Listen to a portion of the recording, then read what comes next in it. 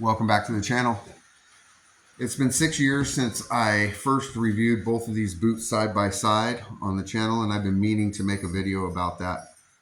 Uh, what happens years later. I was going to do it at the 5-year mark, and I didn't. Well, we're at the 6-year mark, and these boots are both retired. We're talking about the Thorogood Moc Toe 814-4200 and the Redwing Heritage 875. Which one's the better moc toe? I think that's a discussion that gets heated online and is talked about quite a bit. I will talk about my experience with the boots, which one I like better at the end of the video, and which one I would purchase again should I go that route. First, I'll talk about the Thorogood boot. It's been a great boot. It's the 6-inch model, and it is easier to break in than the 875. It's a tumbled leather. It might be a little thinner leather, but not by much. By feel, it feels the same, but it could be off by just a little bit. This is definitely an easier boot to break in. There is a break-in period on this boot. Don't be fooled by people online saying that there's no break-in period, because there is. There is always a break-in with everything. So, but they are easier than the 875. I'll give it that. It's got the rolled pigskin padded collar. 6-inch model. It's got 3 eyelets and 3 speed hooks. It's got the Maxwear wedge sole. This is the original sole, and they are still okay. And what I mean by that is I would not resole these yet. They still have their traction. Even if they slip down, they're not meant for climbing or hiking or anything like that. So these still have plenty of life on them should I choose to wear them still. These are my 875 Redwings. They are the Oro Legacy, and they were tough to break in by comparison of the Thorogood. They have an all leather footbed, and this is not a tumbled leather out of the box. So it's a tougher boot to break in. It takes a lot longer than the Thorogood does. It comes with an original Redwing Chrissy sole. This has been resoled once to a Vibram wedge sole, and they are wearing out fast. I have worn the Thorogoods at least 3 to 4 times longer or more often than the Redwings. I put these through a lot more work than I ever did with these. So the Maxwear wedge sole wears much slower, and it's just as comfortable in my opinion. Two main differences on the soles, aside from the Maxwear wedge sole on the Thorogood lasts a lot longer, is the width. So the width of these two soles are much different. On the Redwing, ball of the foot, roughly 4 inches. On the Thorogood, you're looking at 4 and 5/8. In the middle of the boot, on the Redwing, you're looking at 2 and 5/8. And on the Thorogood, 3 and 5/8. And that's with the worn out boot. On the heel of the boot, roughly the middle of the heel, you're looking at about 3 3/4, and on the Redwing, 3 3 1/4. So there's a big difference on how much ground and how stable this boot is. I must say that is the winner for the Thorogood for me. The Maxwear wedge sole that comes on the Thorogood, made in the U.S., it is by far a better long-lasting sole and wider.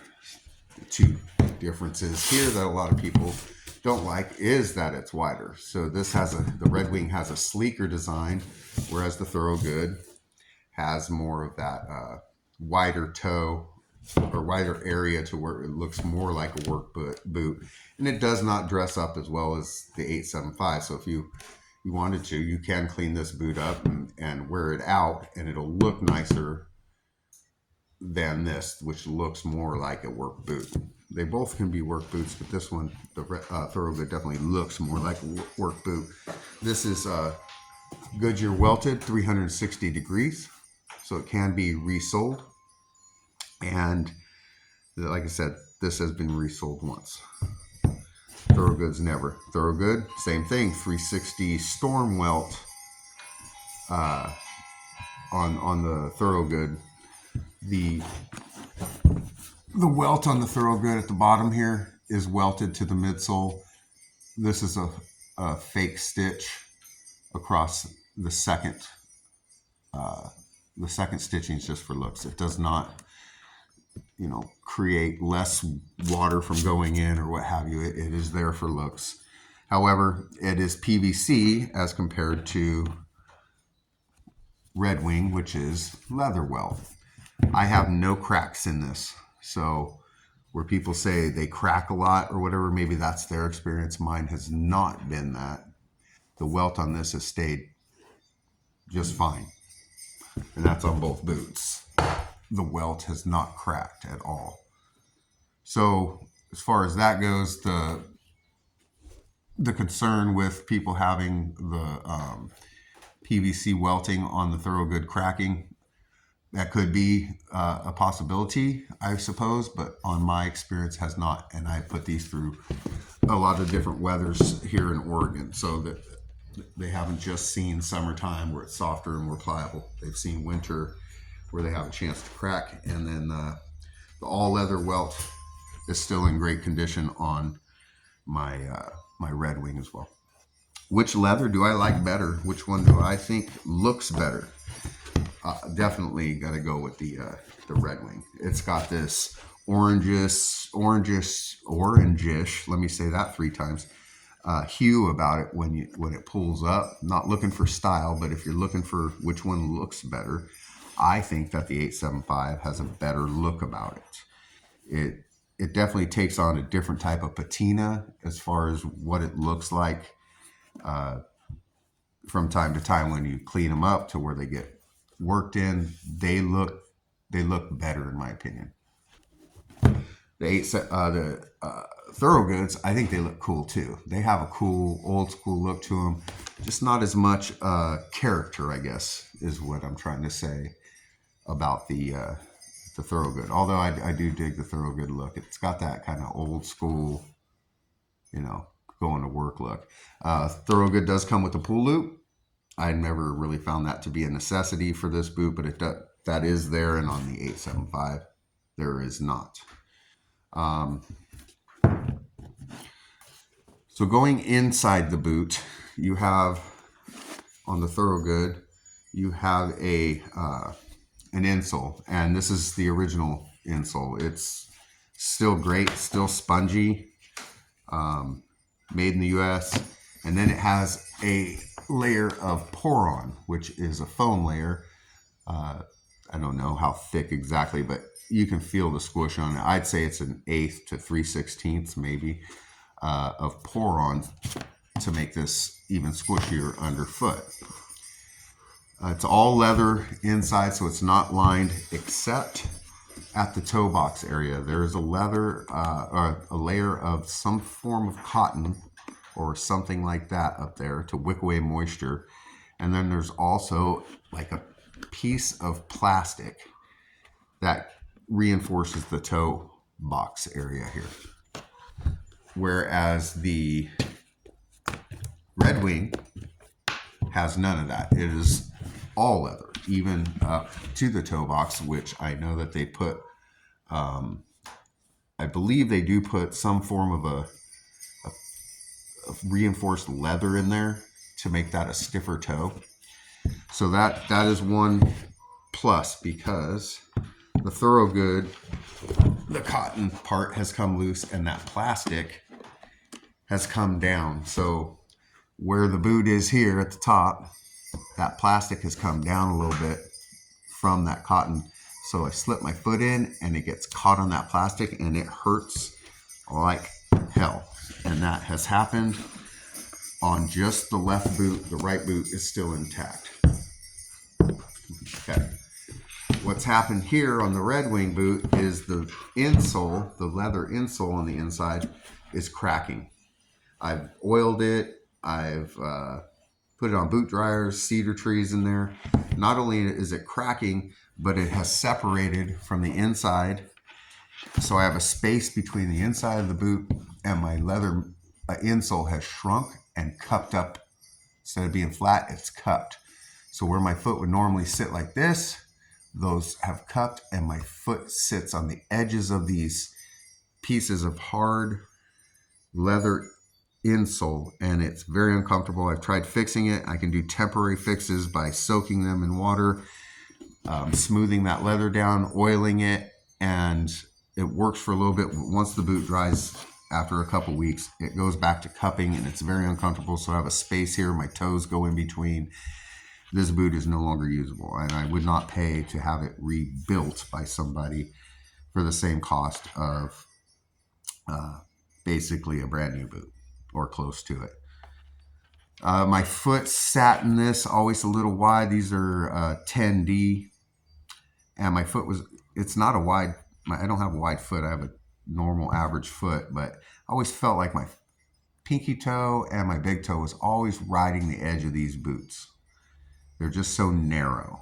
And that's why you can go with the 10-875 and get, it's not in their heritage line, it's in their work line, and get wider widths of the same boot. Just a little color difference. It's got a embossed Redwing stamp here, and the eyelets say Redwing on them. So that's their work line. If you have any sort of difference in your foot width and you're using these for work and don't care about all the different colors they make, I would highly recommend that going towards their work line. And they have more options for the width, but they don't have any options on the different colors. So you take your chances with that narrow footbed that they have in there. So that is one negative on this boot, is that leather insole. That's not removable, by the way. It has a chance to dry out and crack even when you do take care of them. If they get wet I live in Oregon, work in Oregon, and you get wet, and that does affect leather. Keep that in mind. So with this boot, I've always felt like perfect on the width. Sorry, let me go back to the Redwing. I've always felt perfect on the width, the length of the Redwing at a 10D, and I'm a 10.5 on the Brannock scale. And the length has been perfect on this. And what I do love about this is that bulbous toe, the taller toe box area here. As you can see, there's a difference between the two. May not be caught properly here on camera, but the Redwing is definitely taller. So your toes are not touching, or at least mine, aren't touching the top of the boot, which I love about the Redwing boot.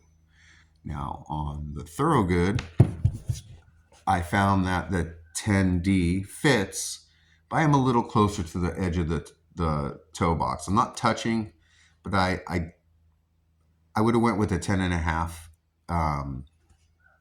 If I'd have known better at the beginning of my Thorogood journey, I probably would have went with the extra half just to give me that little bit of space. And the other thing is, this is shorter, so my toes are always touching the top of this boot. With that being said, it's not a big deal at the beginning because the leather hasn't broke in, but once it starts to compress down and you're bending down, and you do have that plastic piece, whatever it's made of, on the inside of this boot, you can feel that touching the top of your toes all day. And sometimes after a long day in these, the tops of my toenails, of all things, it just felt raw. So that's after a long day, and that's not every day, just depending upon what I was doing. So that's the drawback of this boot, in my opinion, was that toe box needs to be a little taller. I wish they would do that with this boot. These have both been great boots. They've both been retired. I can't wear this one with that plastic there, and they're just not as comfortable anymore. I mean, I could probably yank that out of there, but I have so many other boots, so I just kind of put these in the back of the closet, and maybe I'll take that out one day and polish these up. The Redwings, they're done for. Without going to a cobbler and having them pay me, or having me pay them a bunch of money to actually rebuild this boot, which typically it's resole, toss, or you can go spend a lot of money to have a new footbed put in. And I just don't find that this is worth it for me. It's just not. I do like the boot. It's been comfortable up to a certain point. They're very narrow. I'd like to get if I was going to do this and resole them again, if that leather footbed wasn't bad, I'd spend money, go online, or find a cobbler that does it with a Maxwear wedge sole. That way this can last a lot longer. So, like I said, I've worn these Thorogoods way more than these Redwings. And I wanted to like the Redwings a lot more, and I just can't. I can't like the narrow footbed. I can't enjoy the leather on the inside cracking the way it did. It's uncomfortable. So which one would I buy again? I would go with the Thorogood. And to make a perfect boot, a perfect mock toe boot for me, what I would do is I would have Thorogood raise that toe box up just a little bit to give a little more room. And I would definitely get rid of that plastic that they have inside there and reinforce it with leather, even if you have to charge a little more for this boot. Because after a while, that you put your foot in there when that thing collapsed down, and you're waking up quicker than you wanted to in the morning because that thing's cracked. And lucky I had thick socks on the first time I put my foot in, didn't realize it was cracked, or maybe it had been cracked for a while, but it slipped down enough to where it caught my foot, and that woke me right up. So hope you enjoyed the video. That's it, man. I gotta say, Thorogood's the winner for me. Couple modifications to this boot, you actually have what I would consider to be the perfect mock toe. Now, I'm not talking about Nick's. I know Nick's has a boot that's like end of the world mock toe boot. I'm talking about this price points, these 200 some odd dollar boots. I know the Redwings have gone up, I think, to $310, and these are coming up that way. But all day long, I would go with this Thorogood over this Redwing. So all the Redwing lovers, I'm not trying to hate. It's just, this is my opinion. This is how the boots have gone for me. I already know that people are going to talk about the cracking insole here. Man, I did what I could. I put them on boot dryers, put cedar trees in. I'd lightly oil them. All the things I needed to do. But at the end of the day, they still cracked. They shrunk. They cupped. They're very narrow. I do not feel as stable in this boot as I do this. The couple little things that I would change on this boot are minuscule compared to what I would change about this boot. So with that being said, 6 years later, there's your comparison. I'll give you a look. Now, if you're in a climate where these are just going to be a dressier type boot, roll with the Redwing. Just make sure that the width is going to fit you, at the end of the day, and the length, of course. But the width is a big deal. If you have a wider foot, that your foot's going to hang off that leather footbed and be very uncomfortable. But yeah, here's the Thorogood. One more look at that. And here's the Redwing 875. One more look at that. Hope you enjoyed the video. And this is a 6-year update on these boots. After this, I may just donate these. These are not going to go in the garbage can. I won't do that. I'll put them up on a Facebook marketplace for free or something like that, so people can get them, and somebody can have a choice as to whether they'd like to pull the trigger on maybe redoing them, because the leather's still good. And these, I might pull that plastic piece out of there and dress them up and wear them when I'm painting or something like that, But for now, they've just sitting in my closet. So the winner, by far, in my opinion, goes to Thorogood. 2 thumbs up for that. Like and subscribe. And this has been a long-winded video, and it's been a long weekend for me, so I'm probably talking all over the place. I apologize for that, but we had a lot going on this weekend, and I am tired, but I did want to put this up so you guys can see the difference after 6 years, and not just 6 years of, nothing. These were worked hard, and Thorogood is the winner and champion of the mock toe boots, in my opinion. So Have a good day. Subscribe and like, and hit the notification bell if you want to see more content like this. Have a good weekend.